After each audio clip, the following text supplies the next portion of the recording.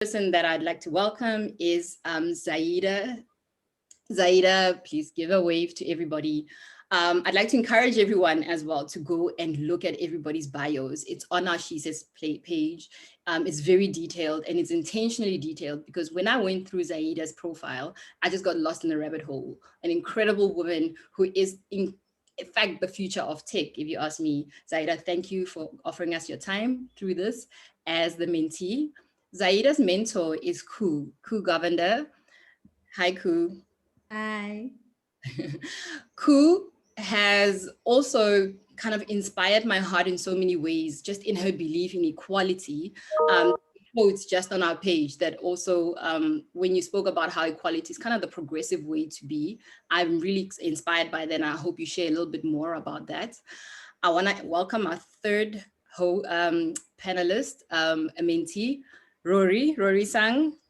Rory's agency today is 10 years old. So some of the lessons you're going to be hearing are how she's managed to get Roth Media is, and how empowering having a mentor has been. Congratulations, Rory. That's a huge, huge effort on your part, and your team really are inspired by your leadership.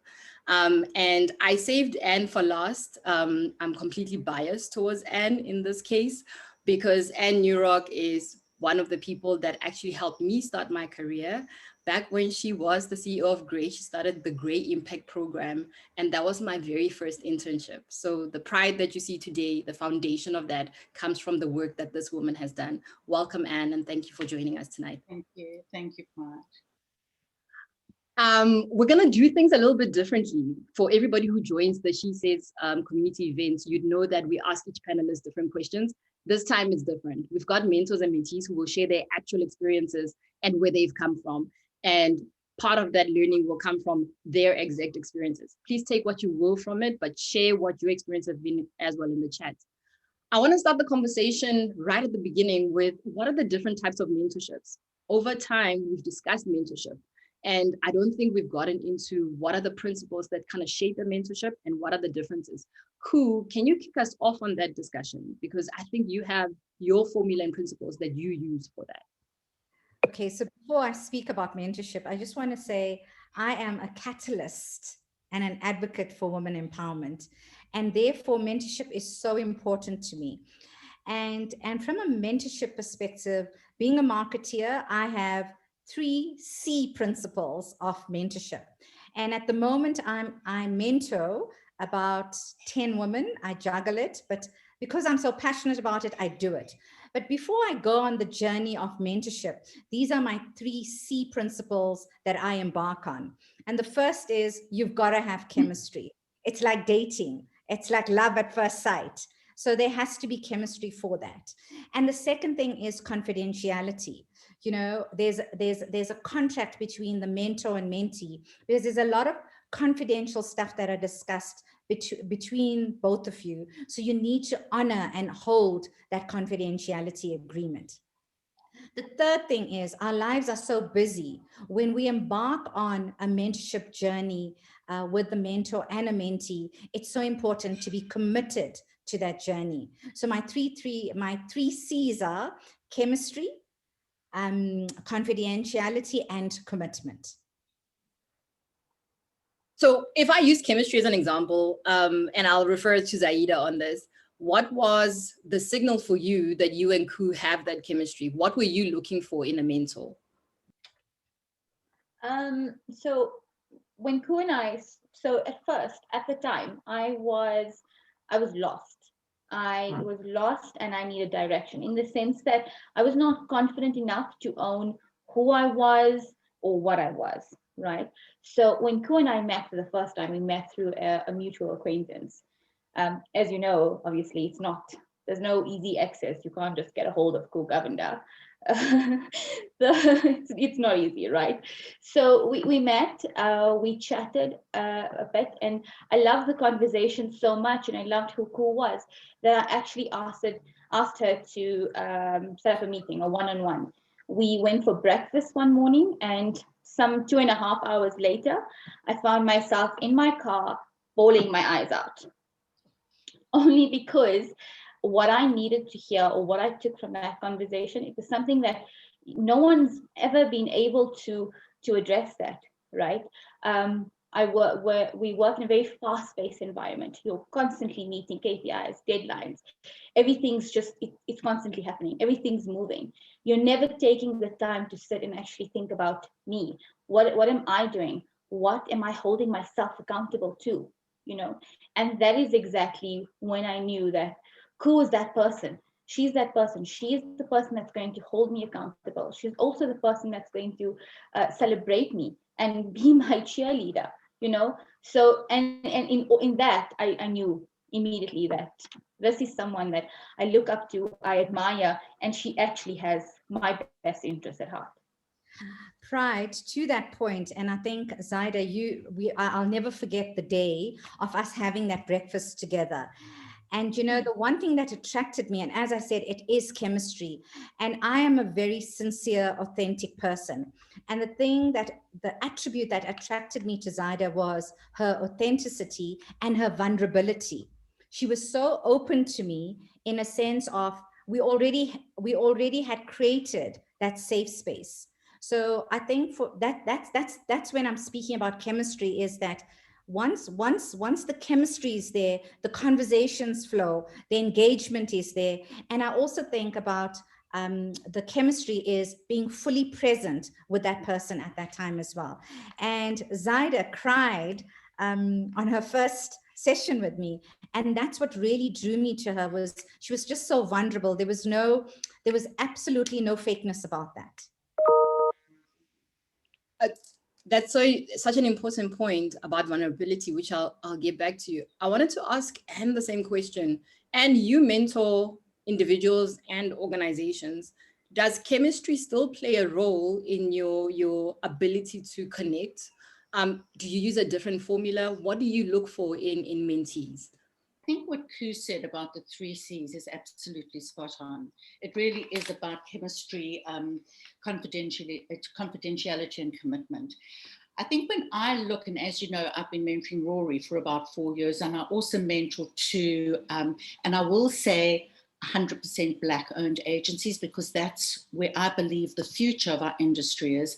And I think that particularly through the pandemic, I wanted to help those small agencies and teach them some of the things, not teach them, but give them some of the things that I had learned and give back. But I think what I also look for, and I found that in Rory and I came upon each other accidentally. So she wasn't looking for me and I wasn't looking for her. We had a mutual client, we met there, we then landed up in Cannes together, and then we then started our journey. And that journey has been 4 years old. But the thing that I loved about love about Rory, and what drew me to her, was her grit, her determination. She knew where she was going. She knew what she wanted to do. She just needed some help in getting there. And when I say help, she needed a safe space. She needed somebody who she could trust, that she could tell me anything she wanted to, because she knew that it was completely confidential. What also drew me to, and to be honest with you, it draws me to all the agencies that I mentor, is not just the grit and the determination, but there's this passion, and there's a passion to succeed. And if you have that, it's so much easier then to work with those people, with those mentees, because that's half the job done. It's just you're there to actually assist them in their journey, but they know where they're going. They just need help in getting there. Rory, I'm gonna ask you, just based on what Anne says. Look, Anne and Koo are top tier. Yeah. I don't think I'll easily be vulnerable in front of Koo or Anne. I'm going to keep it straight and legit. I'm going to keep my emotions and I'm going to give them the grit, yes, and the passion. I'm not sure if I'll get too vulnerable. How have you been able to open up and just be free around Anne? And what are some of the cues that you look for in a mentor? Well, I think for me, if I were to pick 3 C's for myself, there would probably be chemistry for sure. But I would go for charisma and go for care, right? So Anne's charisma helps me take up space. She is so big in a room. She is so unafraid of being in those spaces because of her experiences and what she's gone through. So her presence is probably what was first impressed upon me by Anne. And I was just like, great hair, great lip, love her, you know, who is that, you know? Only to find this very kind, very caring, extremely dedicated marketing and advertising practitioner and stalwart who wanted to just give back. And the reason I could buy into that is because next to her, I stand taller, you know? She has always made sure that there is enough light around her to bring other people in. And I think that was what drew me the most to her. In meeting Anne, I think my vulnerability was so hidden. I did not share it. I was not going to let anybody know the challenges that I suffered. There was still a lot of silence on being a Black-owned, woman-run agency. Like, so many experiences can be absolutely crushing, but people were quiet about it, you know? And then I think, you know, slowly through the birth of your Me Too's, women finding their voices in all sorts of spaces, transformation becoming a read agenda, suddenly these things were finding voice, right? And as our voices were being found, we needed to be in spaces that are safe for us. And I could see how vested she was in me, and I knew she cared. And that's what helped me bring the guard down and actually kind of say, these are spaces where I'm the most insecure. How can I, you know, get stronger there? I just want to add something to that. I find that mentoring, I get back just as much as I give. And every time I go in to have a conversation, be it with Rory or the other two agencies that I mentor, every time I meet with them, I learn something. And what I love is that I am mentoring people who are different to me. And therefore, I learn about them. I learn more about diversity. I learn more about different cultures. And they enrich my life as much as I hope I'm enriching theirs. So I also, there's a kind of selfishness in it, is that, you know, while I'm doing it for them, I'm doing it for me too, because I'm benefiting. I think that duality is so important, because then it allows everybody to actually bring their commitment 100%, whether you're the mentor or the mentee. And that's really beautiful. I want the audience to have a practical example of how they can run their mentorships, because I know that through time, my first mentor, I don't think I did very well as an example, because I didn't manage the time well and I didn't get the best out of it.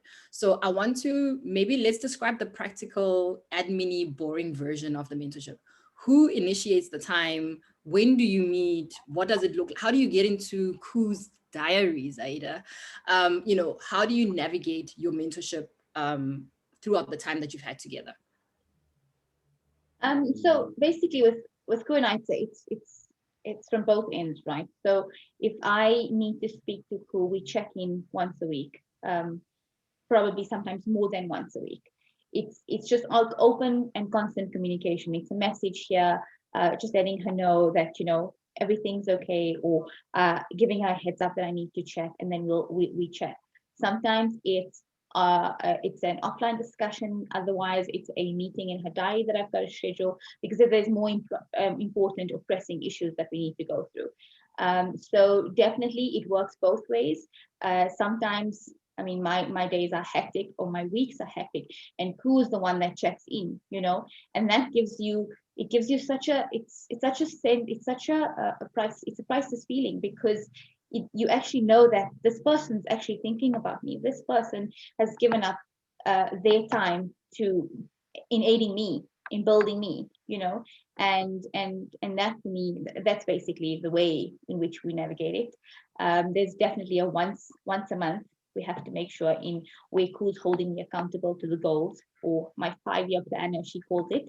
That's definitely something that we do every single month. That's the scariest time, because I need to make sure that I've ticked off everything. But yeah, it's definitely a two-way street. So Pride, I want to give you an example, because I think it's so important, and there's a lesson in this example as well. And I'm being very generalist about this.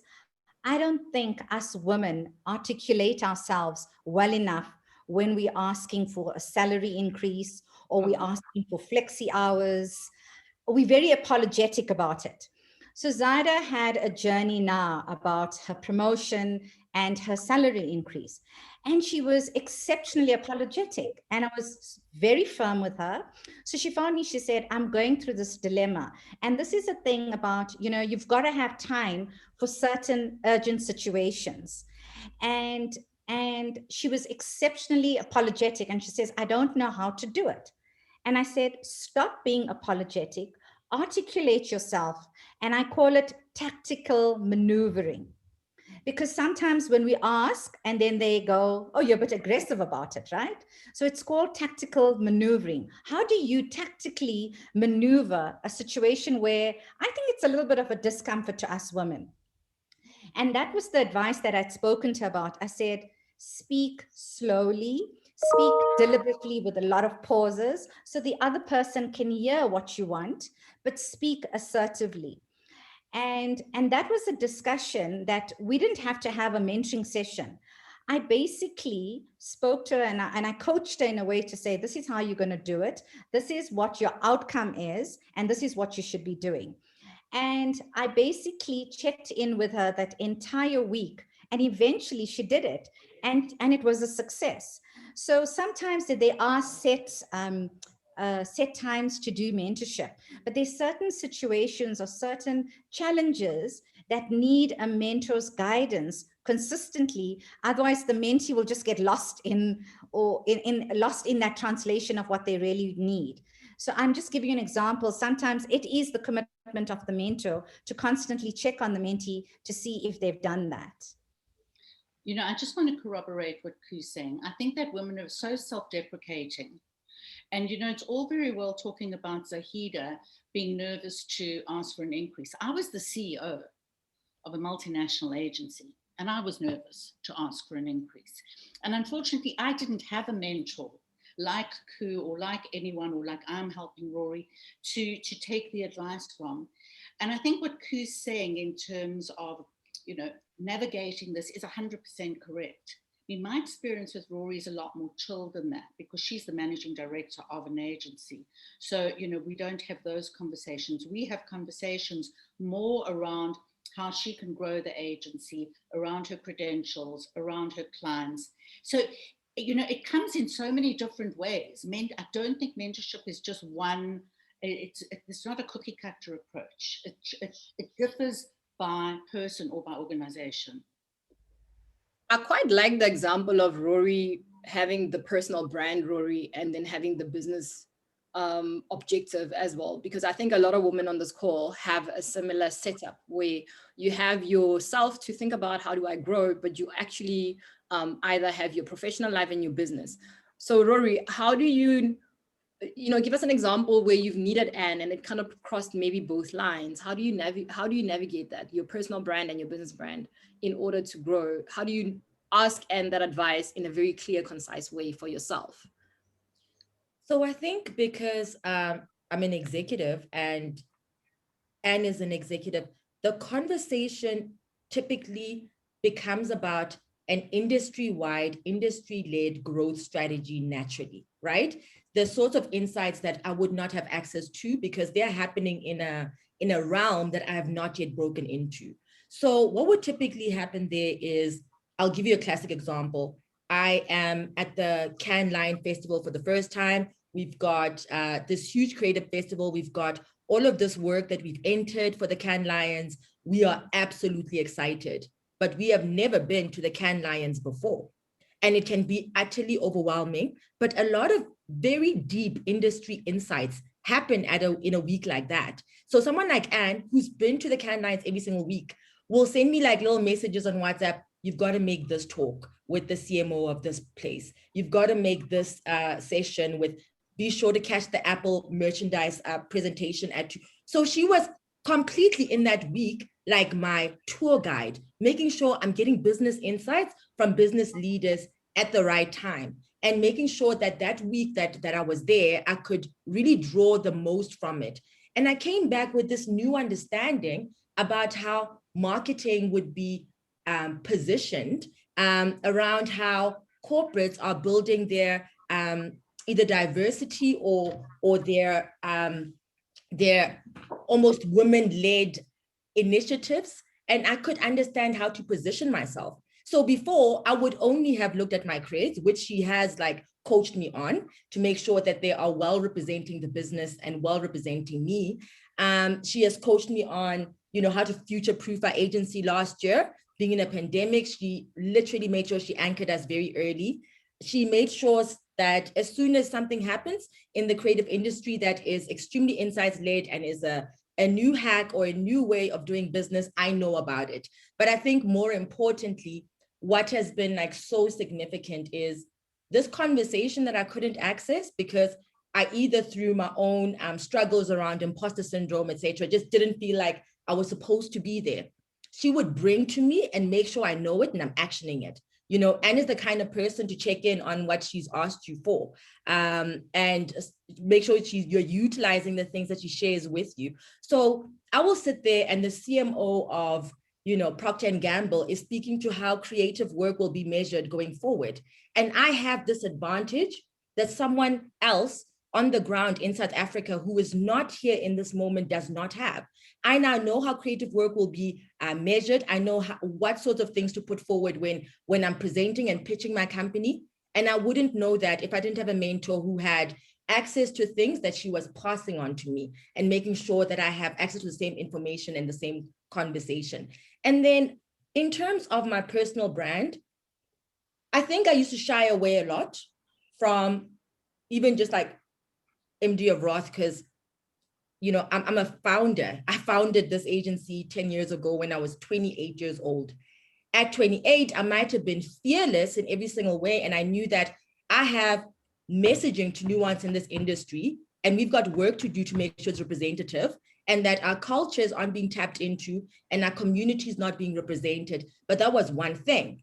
I also still had to learn about business. I still had to learn about running an agency. I still had to learn how to fish, how to pitch, and how to win a client, and literally put forward an array of value-adding propositions to a client. All of these things were happening to me. And at first I was like super confident. You couldn't even, you know, I would walk in and I thought I was Serena, only to find out, sis, you are not. You know, there are people who have been in this industry long. There's so much happening that you don't even have line of sight of. And then slowly over the years, even though I got better at my craft and better in business, my imposter syndrome kind of rose to the fore. So if you look at how my company was positioned and where I was in relation to my company a few years ago, I was so in the back seat. I was just a person in the back. I would go and hire, you know, high profile people, profile them, and not even say a thing about what I was learning and doing because my confidence was so affected. And it made me very high precision in my work, but it made me shy away from, hey, I founded this business. I started this. I've brought it and this vision 10 years to today. And Anne's role in that these last 4 years has been really building up that confidence so that I can own my work. Because even in corporate, it was a thing I struggled with. You know, someone would just swoop in and claim my work and present it as theirs. And I would just shy away and think I'm not worthy of things that I produced.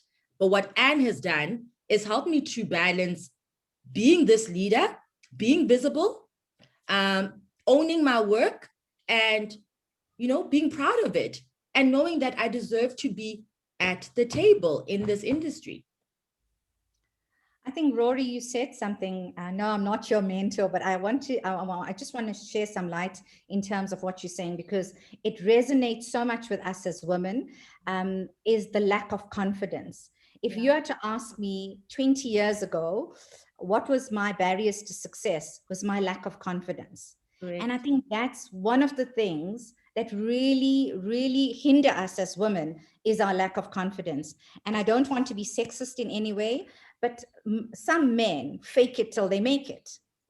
And we don't. We've got it, like whether it's a promotion in corporate or whether it's running an agency, we as women want to tick every single box before we make that decision. It's got to be perfect. Exactly. And sorry, Koo.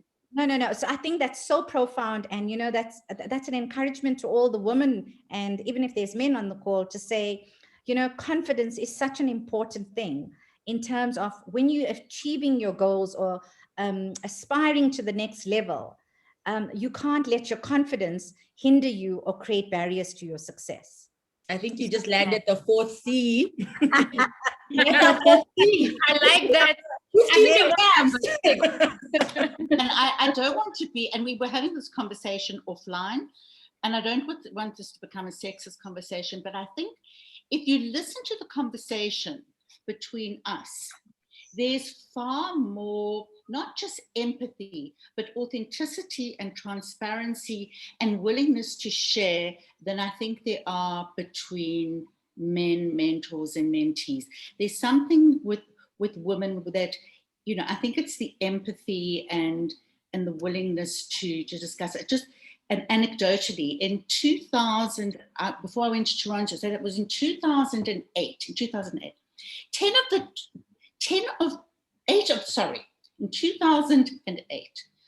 8 of the top 10 agencies in South Africa were run by women. Now think about that. Think of the top 10 agencies in South Africa today. They're not run by women. And we were women of, all ages. That was, black women, white women. I mean, we were all heading up agencies, and we became like a little club. And it was absolutely amazing. We used to go for lunch every couple of months. There was Nunu Chingila, there was Masarami, there was Renee Silverstone, there was me, there were 8 of us. And we used to sit at lunch and share war stories.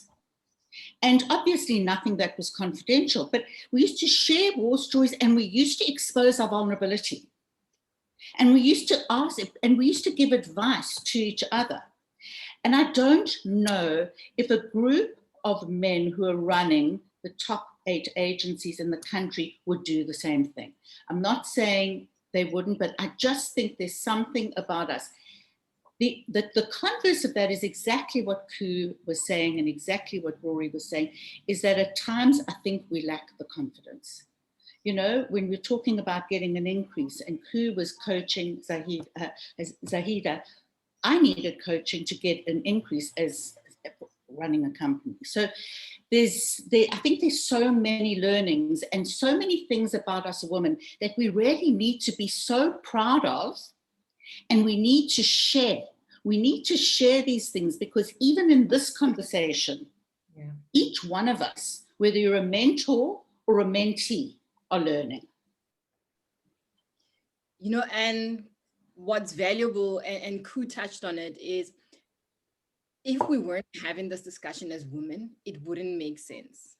The truth is, we're having discussion as women because there's experience, the benefit of experience. If I know Anne's story about her salary tension at her level, I know that I'm not alone where I am. So I think in this SheSays community, we do have men who log on, and their knowing what the experiences of women are does influence. But there's nothing more powerful than having the benefit of that experience from another woman.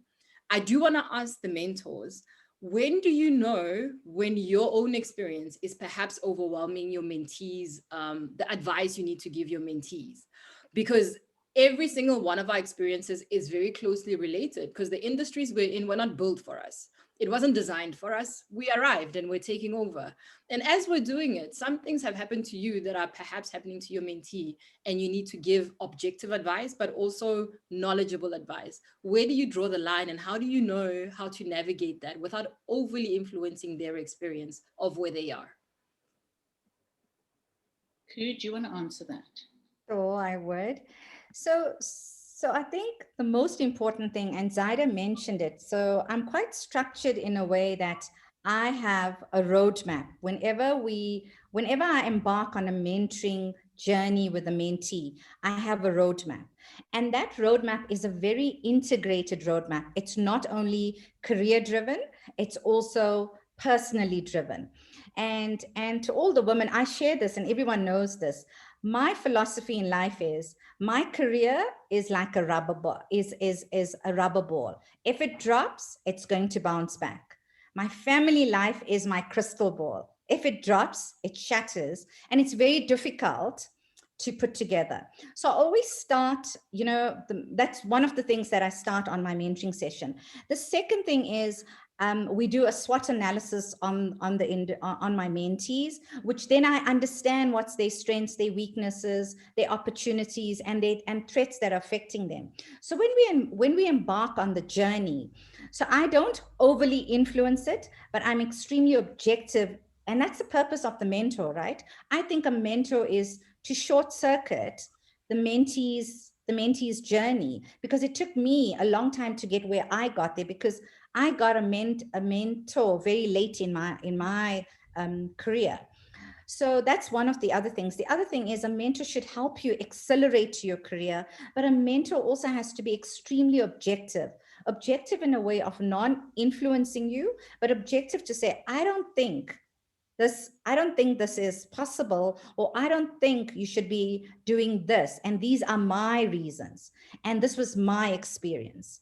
So when the mentee hears that, and Zaheida and I had Zaida's got a 4-year-old son, and I've got 2 older sons who are 26 and 23.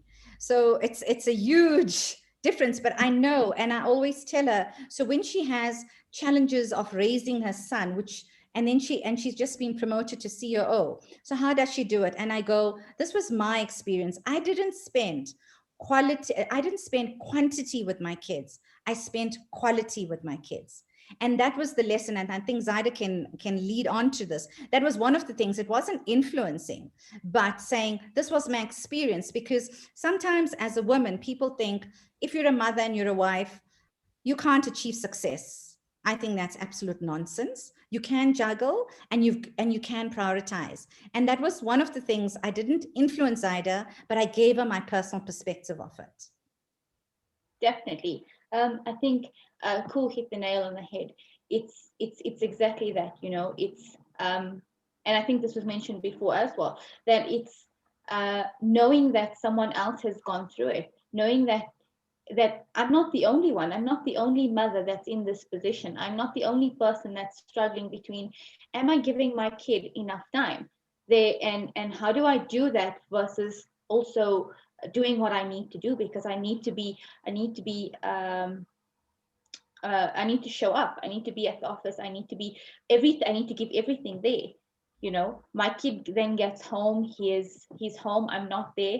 That guilt, it's something that always lives with me. And I think after speaking to Cool, realizing that everyone's gone through it, regardless of when it was, you've gone through it, and it's societal norms. It hasn't changed. It's something that's always been there. It's something that I've had since just after I got out of my maternity leave was over and I got back to work. That's something that I've been struggling with. But as the years have progressed, I've learned that, and with the help of a mentor, I've learned that if that's your opinion and that's how you feel, because there are judgmental women out there, as much as there are men who are hindrances, but there are also women, and there are men who are there and who are actually a ladder to us, and helping us get to that point. Not everyone's the same. Yes, we don't generalize. And back to the conversation and how we lead it. I think in terms of Cool, it's not only advice. Cool's also a sounding board. So I would go to her with a problem and a solution. It's not only, Cool, I've got a problem. How am I going to sort this out? It's, Cool, this is the problem that I have. This is what I'm thinking. What do you think? And that's the most important. It's conversational. It's mutual respect. It's all of that. It's a very powerful relationship, one that I don't think I could live without. Wow, that's beautiful. Rory, I want you to add on that, because I know you're a solutionist. What's been your experience working with Anne, and how do you come through with your challenges, but also with your solutions? For sure. So Anne puts the A in accountability. Okay. So she's not a lady that, you know, you sort of just come to and just speak to things that you are not literally showing up and being present for, and things that you're not doing something about. So one of the things that I love about Anne, and this is part of our chemistry, you know, I'd call her, maybe something happens to me and like, oh, you know, this happened. And she would just immediately, like, the empathy is right there. Oh my God, what are you going to do? I'm like, what do you mean? What are you going to tell me is the solve? It's like, no, what are you going to do? And it's like she expects me to have these wonderful solutions to problems, and she just knows I'm going to handle it. She knows I'm going to land it, and it actually builds on my confidence. And then I'll share with her what I think I'm going to do. And what she will then do is experience share. She'll say, in my experience. She owns her personal experience. She does not try to impose on mine. We are in different times, but we are also in age-old issues that have affected her, that are affecting me still, even though we have different backgrounds that we come from. But I find that because she will always reference her experience, I'm able to then listen to that, reflect, and see which learnings are best applied to me from a situation by situation level. I can literally listen to what her experience has been and then reflect on which parts of this are relevant to where I'm at right now. And as soon as I make a decision and trust it.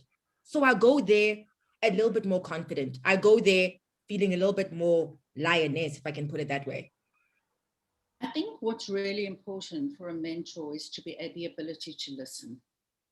And I think to be able to listen to your mentee and listen to where he or she, but in this instance, she is coming from, and what her own experience is at that moment, at that present time.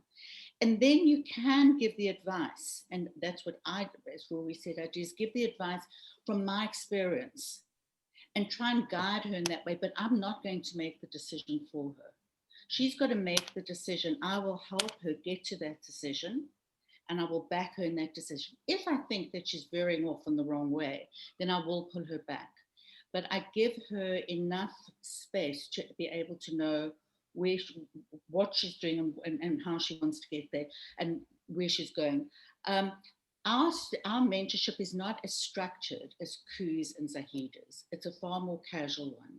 It's far more, I'm there when Rory needs me. I check in with Rory all the time. And then, you know, there are certain points in time where I get very involved with the agency and jump into to work with them. But it's not as structured as Koo's and Zaheida's. I think also what has happened, and I'm not saying that this isn't the case with Koo and Zaheida, but I think over the last 4 years, Rory and I have become really good friends. So, you know, the mentor-mentee relationship has actually almost been superseded by the friendship. And with that comes the additional caring. So my role as mentor doesn't dissipate, but there is the friendship aspect as well, that I think is really important. Yeah, and I was just going to say, I think because Anne is my friend, it has made me feel even safer bringing things to her, because there is a personal relationship that I trust and a personal relationship that I'm invested in.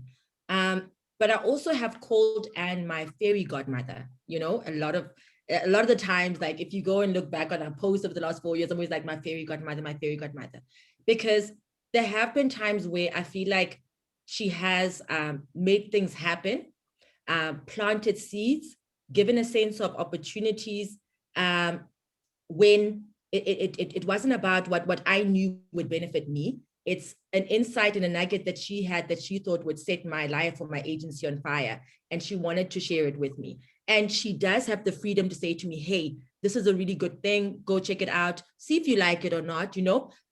Never imposing, sharing her experience, but also making sure that she's lining up things that are in the industry that will inform and build my career. I want to ask the next question, but before I do, I want to try something different. And it's only because throughout the discussion, all of you have referenced things that women may think is off the table for discussion in a mentorship. I mean, from what we've discussed, we've crossed over the personal with Zaheida, we've crossed over personal branding with Rory, and then your business. So it sounds like mentorship should be all encompassing, and it actually should touch on your work life balance, the favorite word. So everyone who's on the talk, can you share some of the things that perhaps you thought are not on the table for mentorship discussion? I just want to see what perhaps some women are holding back on with their mentors. If you have something that you want to share, and then we can discuss that a little bit. But I also want to answer to Natasha's question. Natasha's noticed that there's a relationship happening between mentors and mentees who are in similar industries. And her question is that an essential for mentorship? Should you get someone in your industry, or is it a fair space not to have somebody who's not perhaps in your industry? I think, the reason I mentor women in the similar industry that I am in, and also there's women that are not in the similar industry, I think to give advice from a professional perspective, it's easier to navigate because you understand what their challenges are better than if I had to be in a mining industry, mentoring somebody from a mining industry. It's quite difficult because I really don't understand the intricacies of a mining industries, but I could give advice, from a holistic perspective, and that's how I could give advice. But so sometimes I think it's better to have a mentor in your same industry. And the other thing that I wanted to say, I don't think it's necessary only to have one mentor. It's sometimes nice to have at least 2 or 3 mentors that can give you advice from a different perspective as well. That's a hack. I didn't even think of that. Yeah, and my advice is sometimes, and I do that. I have a mentor. Now that I mentor people, I also have mentors, a mentor who is younger than me, somebody who's my age, and somebody who's older than me. And that's where I receive nutritional advice all around, which I absolutely value. Are they all in your industry as well? No, one's not in my industry at all. So, and that person gives me complete clinical solutions or advice, which then I have to basically take all the advice and then make up my own decision on what I need to do. So, yeah, I mean, everybody that I mentor are all in the industry, because that's where I feel I can deliver the most value.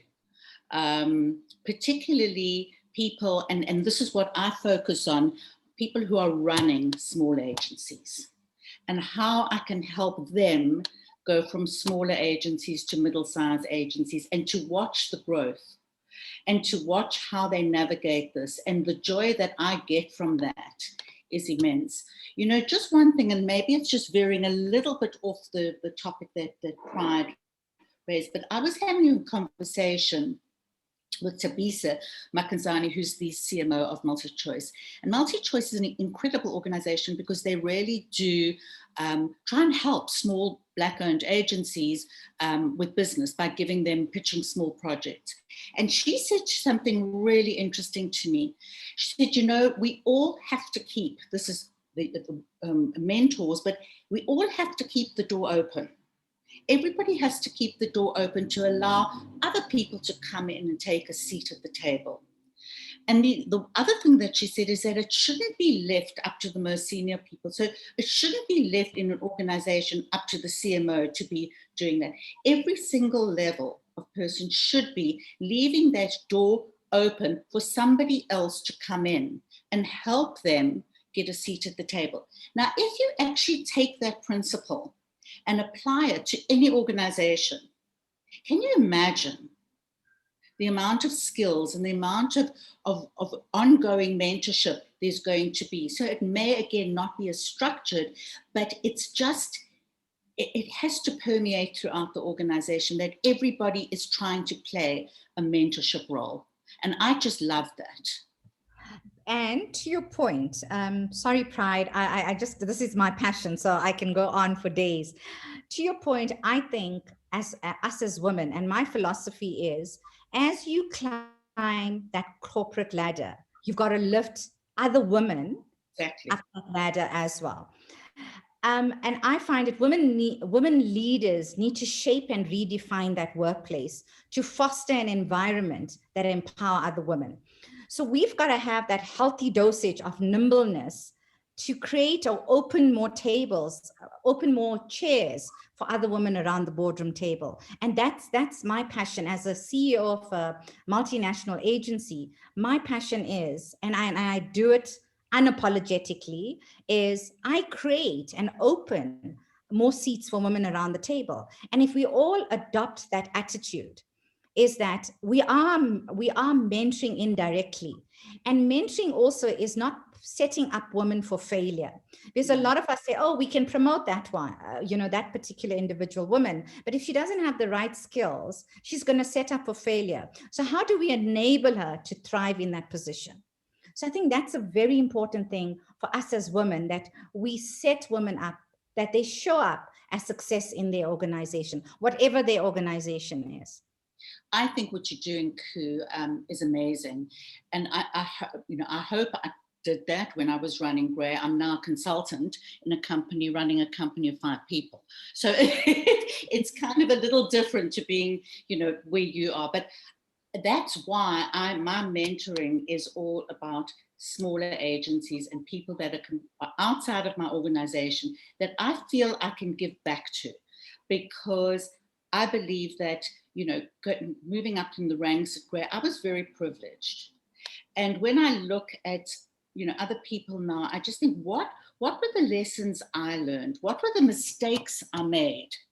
And how can I impart that knowledge to other young people who are running agencies so that they can learn? Because like you say, it's a passion of yours. It's my passion to help smaller, predominantly Black-owned agencies. It's a huge passion for me. Right, I've got something I want to share with you there that I think would be like an interesting take on what Anne and Koo just spoke to. Can I go? Yes, Zaheida, you're after her. Get ready. So,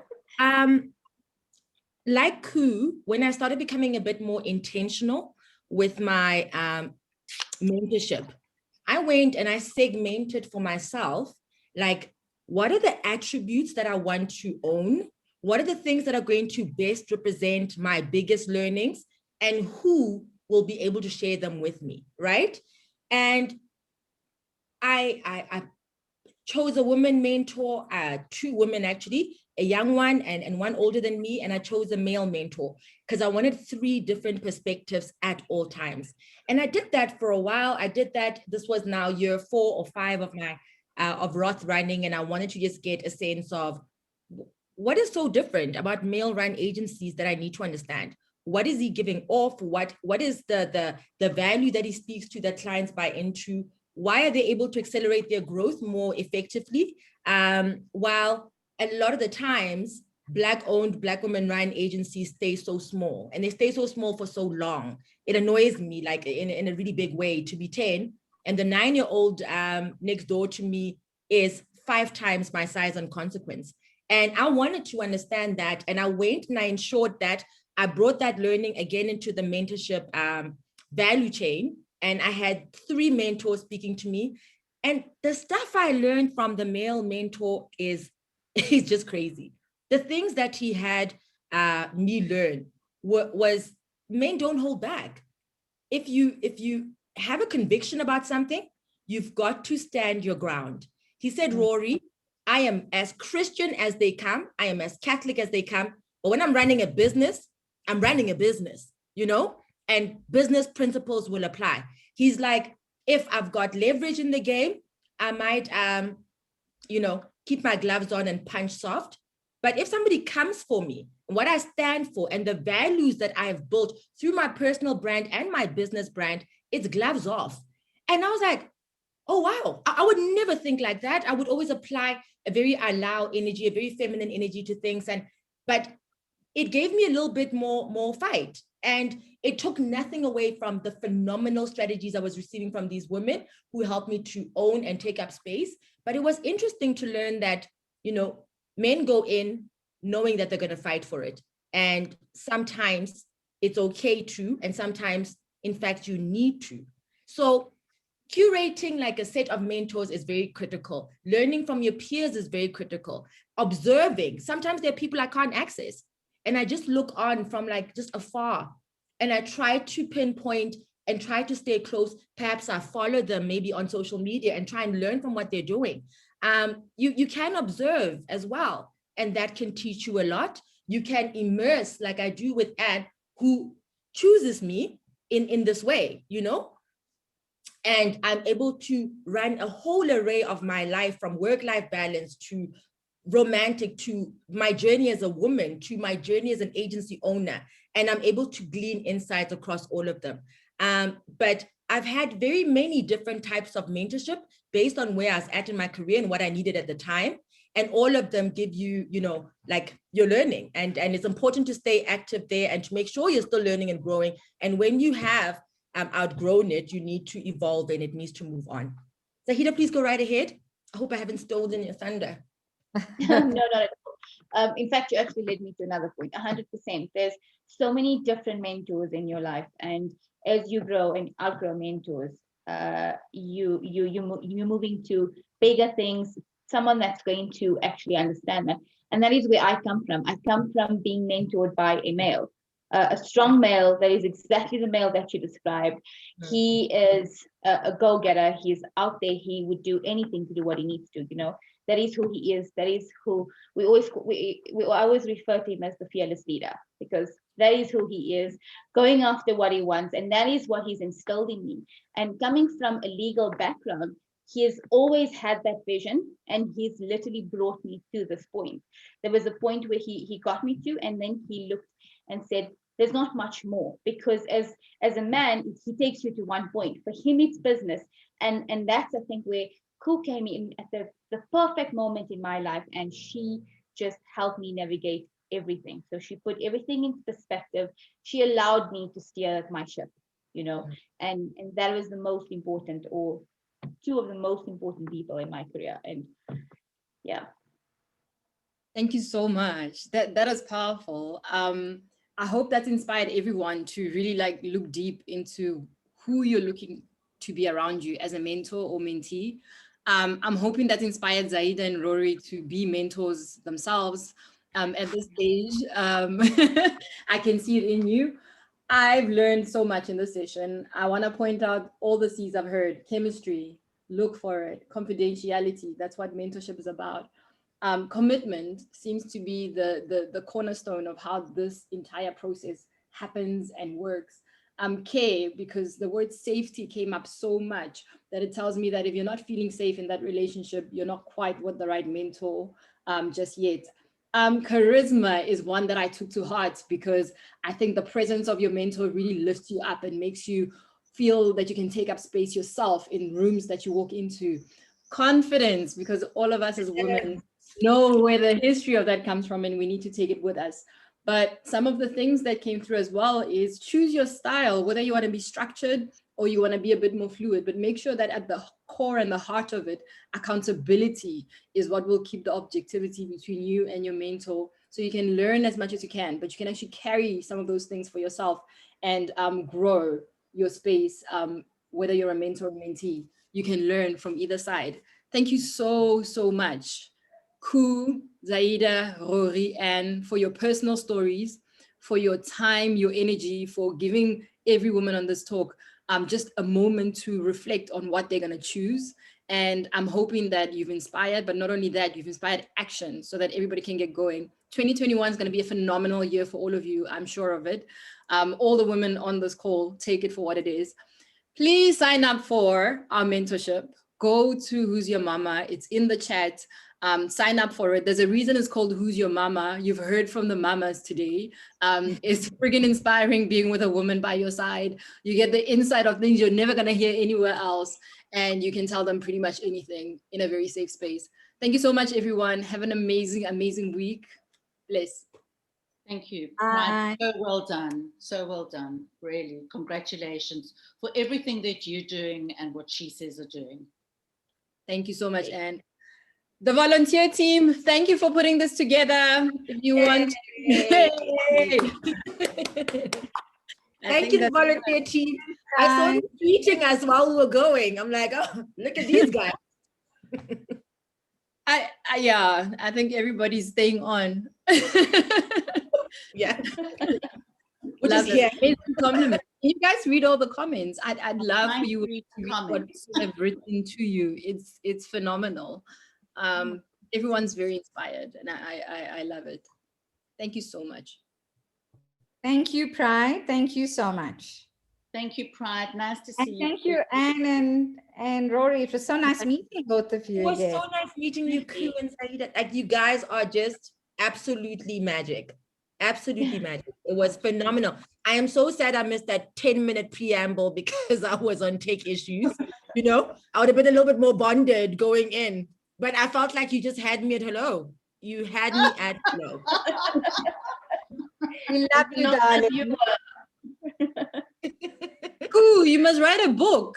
Those Yes, Get us with a book, Koo. We want a book. we do. No, really, I think it could help so many women just structure, because I think some of the inability to share everything is because people don't know what they can use and what they can't use. So a tool would be really useful for those people who want that development. And you know, I'll share with you quickly, you know, I love talking about this. I'll tell you what was my passion.